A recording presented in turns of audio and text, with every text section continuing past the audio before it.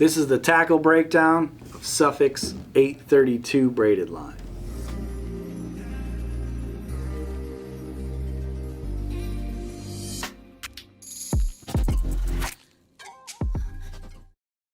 So Sufix 832 came along a ways back now, but it came out as one of the best braided lines to hit the market right out of the gate. The most popular braided lines in the market at the time this stuff hit the market were all 4-carrier braids, which are very abrasion resistant. They're super strong, but they're not as thin per pound test, and they're a lot louder in your guides, and they're a lot louder in the water column. This particular braided line was the first high performance braid that really sold at scale.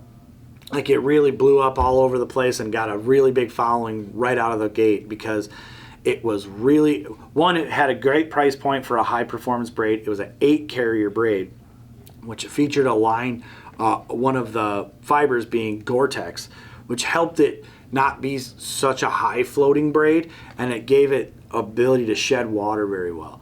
This stuff is really quiet in your guides compared to the 4-carrier braids.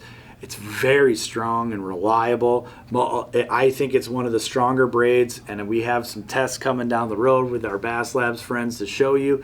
Abrasion resistance wise and knot strength wise, 832 is right up there with most, if not all, the 4-carrier braids that are on the market, but it gives you, like I said, that extra casting distance and smaller diameter per pound test. So it's an absolutely killer fishing tool on finesse tackle, on spinning rods. It definitely shines on spinning rods over most 4-carrier braids, if not all. And even in casting tackle, it casts further and it's quieter in the grass. If I were to give one knock on this braided line whatsoever, I think it'd be the #1 line on the planet if it held its color better. But that's one knock that you hear about 832. Personally, I run it mostly on spinning tackle, and I don't care that it's not that dark moss green color after a while.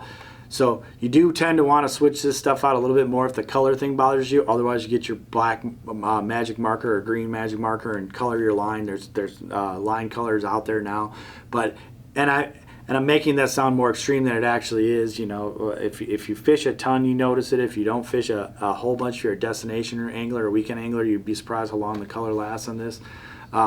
But for the money, there might not be a better bang for your buck braided line on the market than Sufix 832.